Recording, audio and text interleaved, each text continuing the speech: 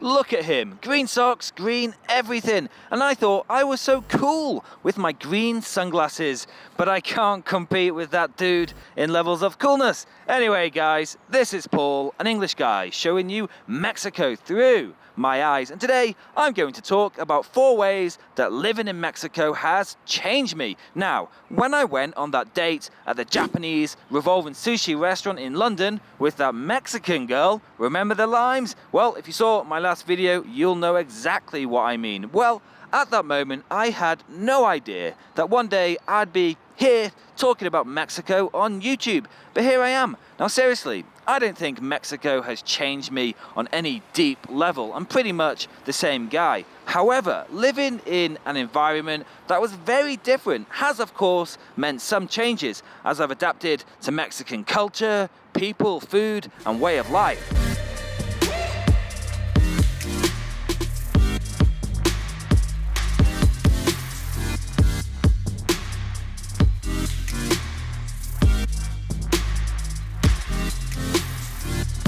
Great market, that one. We'll be going in there in a moment. Now, one way Mexico has changed me is my taste buds. And I always tell people this. There's a really popular bottled sauce here called Salsa Valentina. And a bit like Johnny Walker labels, different colored labels mean different things. In this case, yellow is regular spiciness. The black label is hot. And when I arrived here, the yellow label was spicy.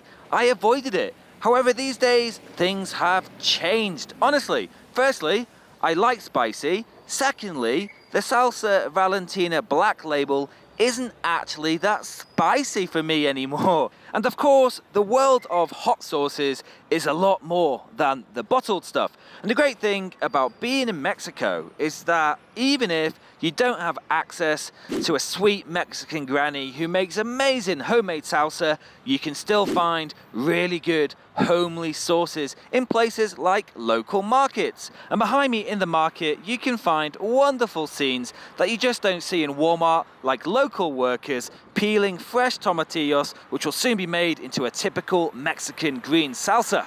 So I'm just in front of a local shop in the market here, and next to me I've stacked up a few of the salsas they're selling. So what do we have? Well, we have a salsa mora, obviously using chile mora, and I've had it before and it's great with tacos al pastor. This is salsa macha, and they just told me in there is a mix of chili morita, which I really like, and chili de árbol.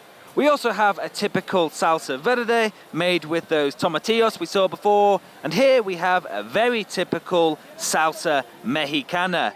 And I have changed. I was once a ketchup and mayonnaise kind of guy. Not anymore.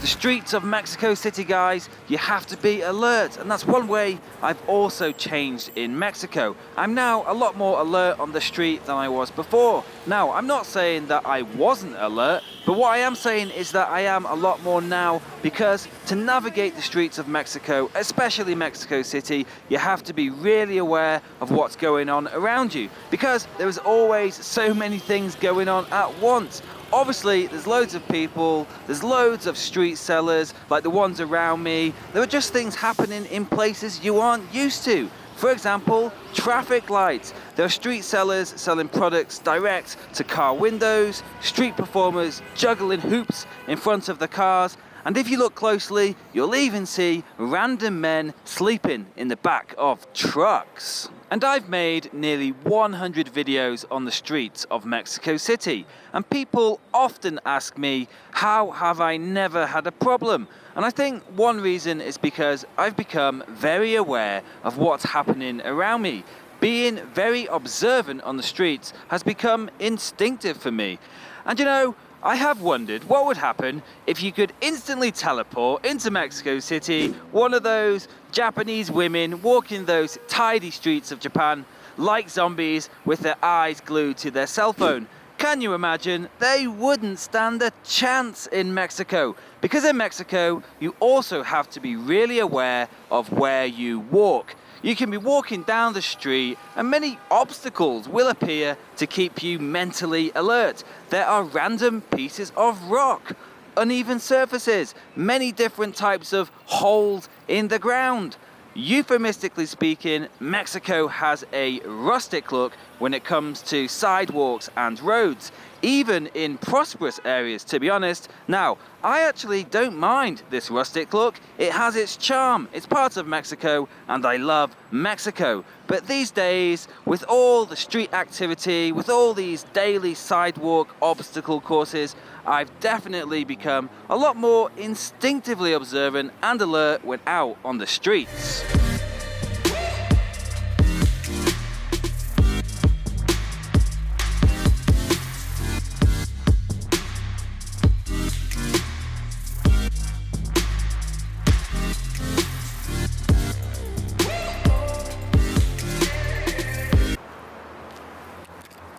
And the next way Mexico has changed me is quite difficult to explain. So how do I start? Well, the UK, where I'm from, is always ranked as one of the most individualist countries in the world. It's known to have a me culture as opposed to a we culture, and that can be a good thing. Individualist cultures tend to produce self-reliant, independent, ambitious people. But the downside is that it also creates self-centered individuals who like talking about how great they are. Now, in Mexico's case, the research shows that it's definitely a collective society. It's a we culture, where you see yourself as a member of a group, whether that's a family or even with people in your neighborhood where they've all got your back. Y las gafas atrás significa que mi barrio me respalda.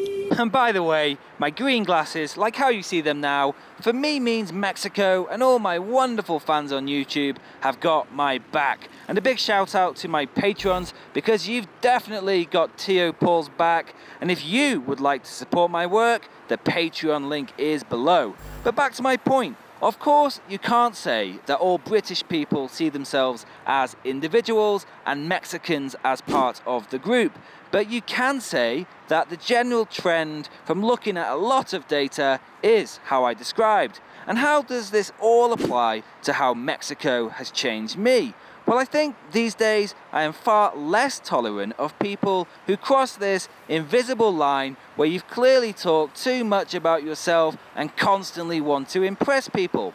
Now, this kind of person totally exists in Mexico too, obviously, but I've noticed during my time here that in a Mexican group of friends, the more common run of play is that if you demonstrate too much arrogance, too much me behavior, you will probably be brought back down to earth pretty fast. And it won't be in a horrible way, it will be with humor. You'll be made fun of. The group clown will create jokes and even new nicknames about you. Basically, just by the way people naturally are here, you'll be put into line because you are just another person in the group. And in the UK, yes, this happens too, but it's less likely. And yeah, I've changed. There's definitely a bit of the Mexican way of thinking in me now after all this time in Mexico. Street snack time. So I fancy some tacos al pastor, and check this baby out. Oh yes. I'm joking, guys. This isn't good enough. But this is totally good enough. Wow, it even has specialist machinery to lift it up. Amazing.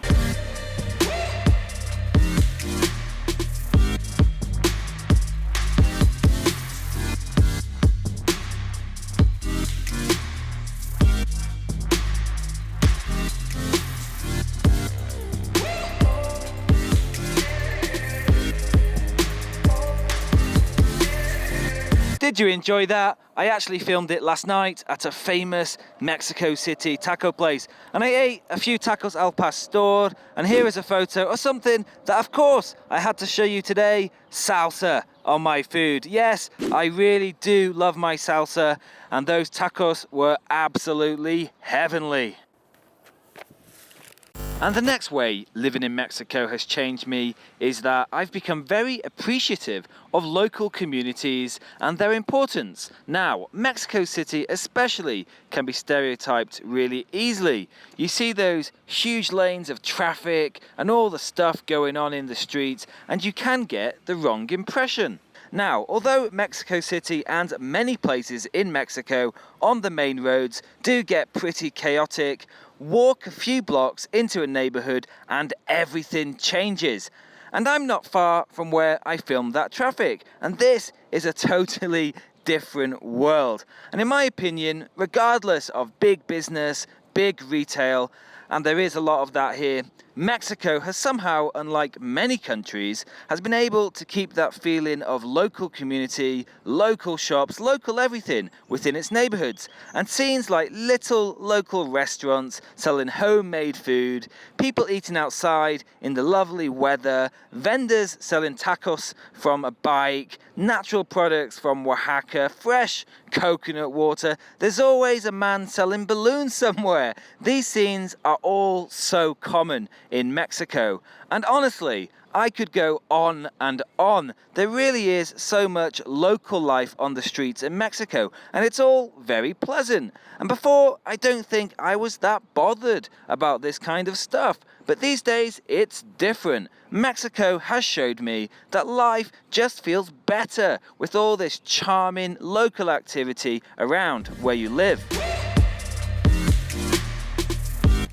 Well, True Mexico friends, I hope you enjoyed today's video. Please give it a thumbs up, comment, share it with your friends, and if this is your first time watching, check out my other videos and please subscribe. Also, for everyone, you can click the P logo on the screen there if you want to support my work on Patreon. You'll be able to access special behind the scenes content and lots more. So I'm Paul, this is True Mexico, hasta luego.